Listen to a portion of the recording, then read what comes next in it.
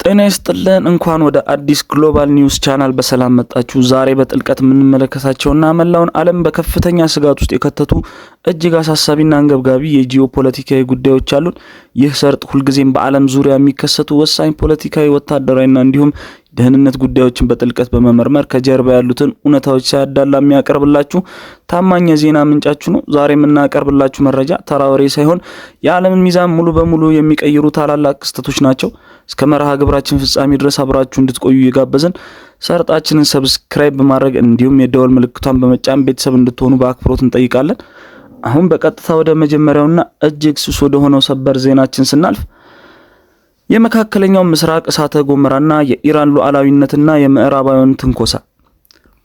ባለፉት ወራት በፓኪስታን አደራዳሪነት ተመስርቶ የነበረው የአሜሪካና የኢስላሚክ ሪፐብሊክ ኦፍ ኢራን ጊዜያዊ የተኩስ አቁም ስምምነት ሙሉ በሙሉ በመባል ደረጃ ፈርሷል። ይህ ስምምነት እንዲፈርስ ዋነኛው ምክንያት የደቆሱት አሜሪካና የምዕራባውያን ጥምረት መሆናቸውን የፖለቲካ ተንታኞች ይናገራሉ።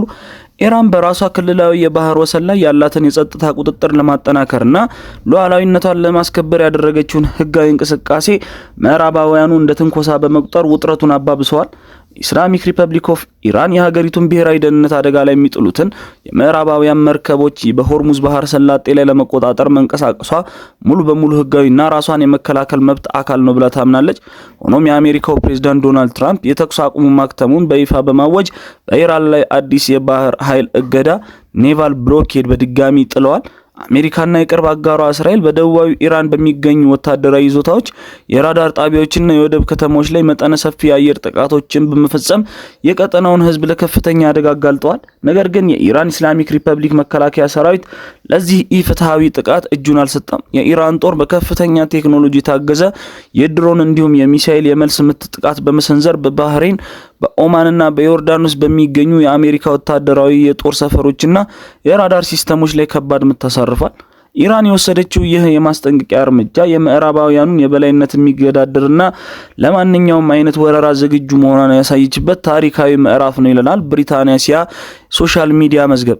እንዲሁም የእስራኤልና ሊባኖስ ድርድርና የሂዝቦላ ጽናት ወደዚህ ደረጃ ስንመለከት፣ በሌላ በኩል በእስራኤልና በሊባኖስ መካከል በጣሊያን ዋና ከተማ ሮም ውስጥ በዩኤስ እና በአውሮፓ አደራዳሪነት በዝግ በሮች ድርድር እየተካሄደ ይገኛል። ይህ ድርድር የተጀመረው ባለፈው ሰኔ 26 ቀን በዋሽንግተን ከተፈረመው ባለ 14 ነጥብ የሶስትዮሽ ማዕቀፍ ስምምነት ትሪላተራል ፍሬምወርክ አግሪመንት በመነጨ ነው።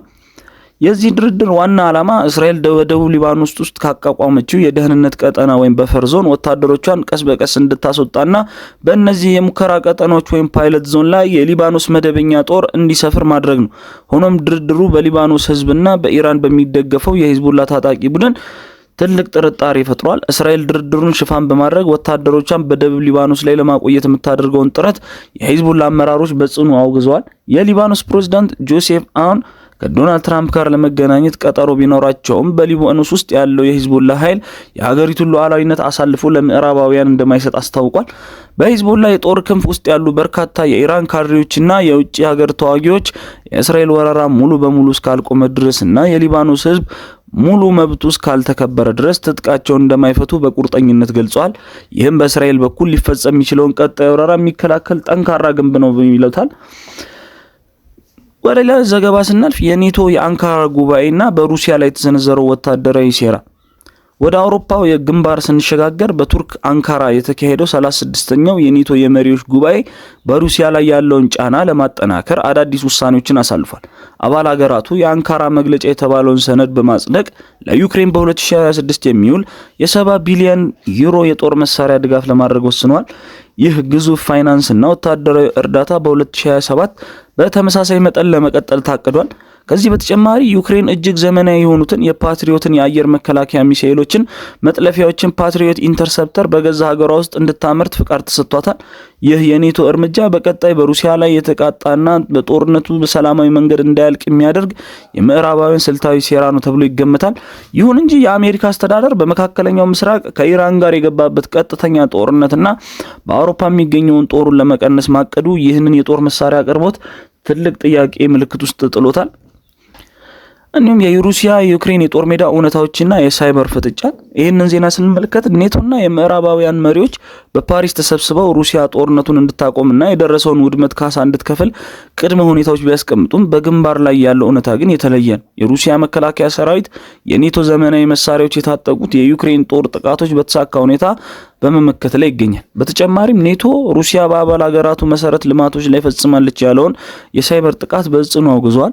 የምዕራባውያኑ የኢኮኖሚ ማዕቀብ በመጣስ የሩሲያን ዘይት በዓለም ዙሪያ የሚያጓጉዙትን የሩሲያ የጥላ መርከቦች ወይም ሻዶ ፍሊት እንቅስቃሴ ለመግታት ኔቶ አዲስ ወታደራዊ ኦፕሬሽን ለመጀመር መወሰኑ በሁለቱ ሀያላን መካከል ያለውን ፍጥጫ ወደ ላቀ ደረጃ አሸጋግሮታል።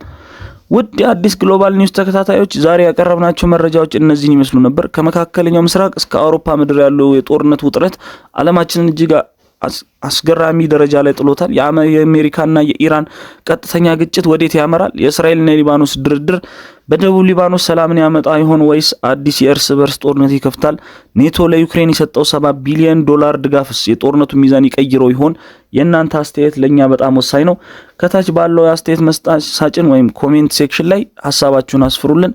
ይህን ቪዲዮ ከወደዳችሁት ላይክ በማድረግና ሌሎችም ጋር እንዲደርስ ሼር ማድረግ እንዳትረሱ። በቀጣይ የዓለም ወቅታዊ መረጃዎች በፍጥነት እንዲደርሳችሁ ሰርጣችንን ወይም ቻናላችንን ሰብስክራይብ አድርጉ እንላለን። ስላዳመጣችሁን እጅግ በጣም እናመሰግናለን። ሰላም ሁኑ።